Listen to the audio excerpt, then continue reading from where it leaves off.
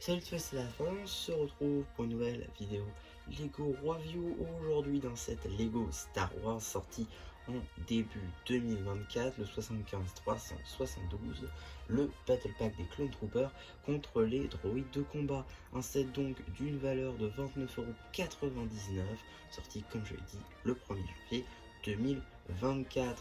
Premier Battle Pack de l'année qui était pour beaucoup le meilleur set de l'année, et honnêtement je dois dire que je peux pas trop être pas d'accord étant donné qu'on a beaucoup de munitions très intéressantes qu'on va d'ailleurs tout de suite regarder. Ici vous avez la munition du clone phase 2 tout blanc, une flingue qui était très attendue par la collection de clones, donc c'est un peu le clone de base on va dire. En tout cas dans ce set ils sont disponibles au nombre de 3, donc du coup je vais pouvoir vous faire la vidéo présentation de la figurine sans devoir changer de plan à chaque fois vu qu'on aura toute la figurine.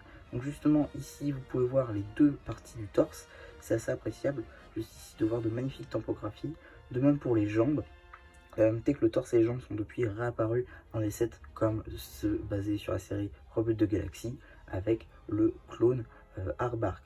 Le casque, lui, reste toujours une exclusivité à ce set. La tête, elle, qui ne dispose que d'une seule tempographie d'expression faciale. En même temps, il n'y a pas vraiment besoin de mise à jour, elle est parfaite. Pourtant, c'est des clones, donc il n'y a pas forcément besoin de la changer tous les ans. Un clone disposera d'un fusil laser. Les deux autres n'ont pas réellement d'accessoires et disposent uniquement des armes disponibles sur la Motojet. Dernier clone du pack, un Shock Trooper, figurine qui n'est pas du tout une exclusivité, on la retrouve dans deux autres références, le magazine de mars 2024 de la gamme Lego Star Wars et également dans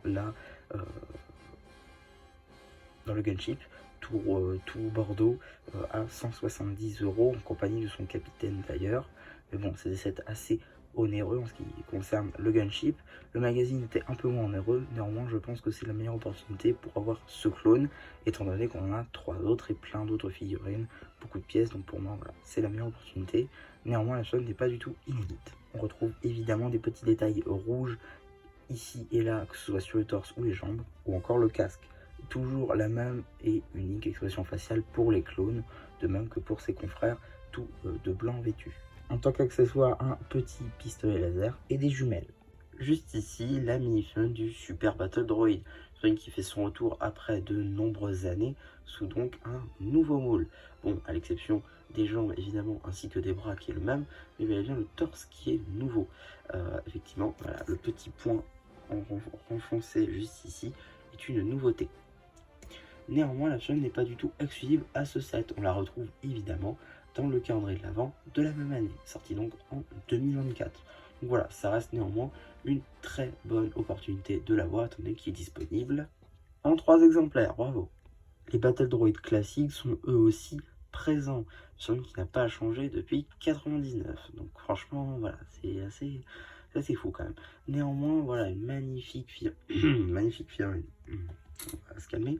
Voilà, une figurine assez classique, qu'on a déjà beaucoup trop dans notre collection, bien évidemment, qui est fournie cette fois-ci avec une nouveauté, en effet, une accroche dans le dos pour son arme, car ils viennent tous deux avec donc leur pistolet laser moyen en Dark Pearl Grey pour les différencier et bien de ceux en noir pour les clones. Par contre Lego, vous n'aurez pas pu la mettre en beige, histoire que ça se confonde bien avec le droïde.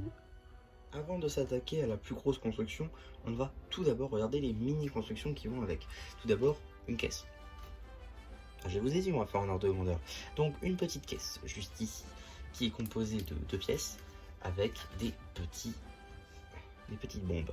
Voilà, c'est... Ouais. Bon, c'est pas non plus... Non mais après on va pas se plaindre, voilà. On va pas se plaindre. Donc voilà, une petite caisse. On a ensuite ici un petit rempart pour nos clones, juste ici, alors avec une fonctionnalité pas mise sur le site, mais quand même très intéressant, que j'ai trouvé sur la vidéo auto du plastique. Ici, voilà, petit bouclier, effectivement une pièce de bouclier qui peut être utilisée pour nos clones, ainsi un petit pistolet lance-stud nouvelle génération, qui lance des tiles un par un en ronde bleu transparent. Enfin, une motojet. Motojet très simple, hein, globalement, assez facile. Pour le coup, j'ai tout fait. Franchement, je vais pas vous mentir, j'ai tout fait sans notice. Ça se fait très bien sans notice. Même le robot crabe, ça se fait très bien sans notice. Donc voilà, si une petite erreur de montage c'est possible, voilà, n'hésitez pas à me le dire en commentaire. Donc voilà, juste à l'arrière, on a les pistolets qui se servent soit de rangement pour nos soldats, soit et bien simplement d'arme-pente pour celui qui est à l'arrière pour tirer à l'arrière. Celui qui est devant évidemment contrôle la petite moto-jet qui est délivrée avec des petits lance-stud nouvelle génération, là encore en Dark Ball Grey, toujours avec ces mêmes tiles bleues. Voilà, donc là encore, construction assez simple.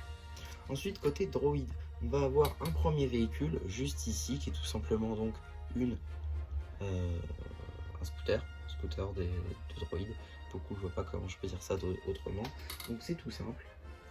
On va venir mettre juste ici notre fameux droïde de combat. On va le clipser ici. On lui relève la tête évidemment, sinon c'est pas marrant. Tac, et voilà. Et donc il peut même tirer, voilà. Donc, ça marche assez bien.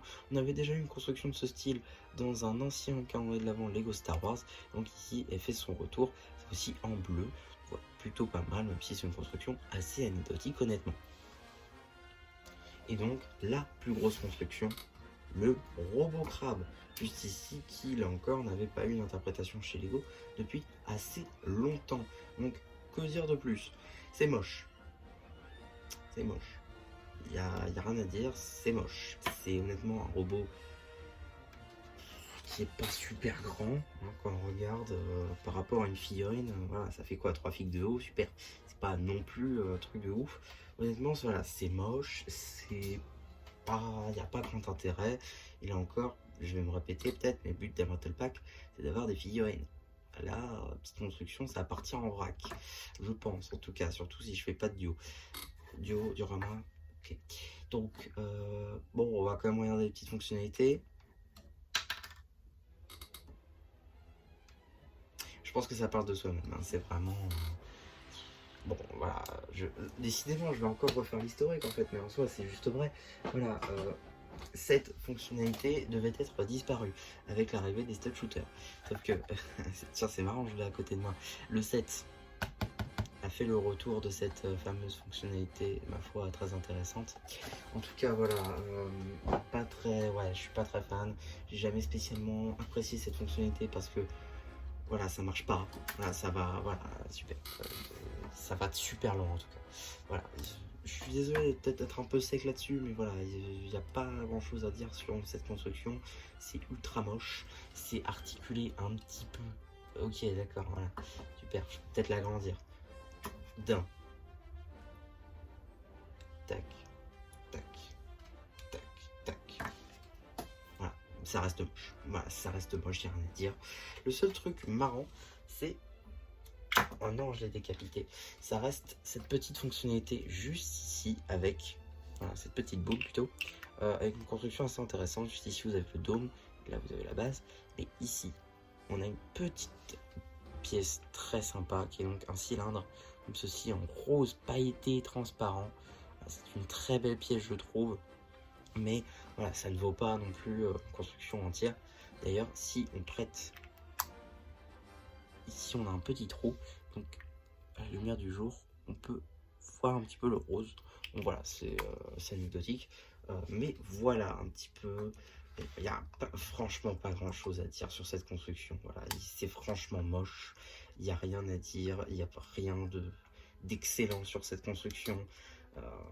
Voilà, bon, il y a peut-être quelques nouvelles pièces. Ouais, mais honnêtement, vu la tronche du truc, j'ai pas envie de faire un historique. Peut-être ça, voilà, ça c'est nouveau. Mais voilà, sinon... Non, franchement, le niveau construction, c'est clairement pas la meilleure chose que j'ai vu niveau Battle Pack. Heureusement que les figurines relèvent le niveau avec donc la présence de ce Shock Trooper qui était disponible pour l'heure que dans un magazine ainsi que dans un set à 150 €. Donc l'avoir ici, c'est un petit peu mieux. Bon, le magazine, même si c'est moins cher, mais vous avez quand même beaucoup plus de choses ici. Vous avez ensuite 3 clones blancs. Ça, pour faire des armées, c'est génial. Les Battle Droids, on en a déjà beaucoup.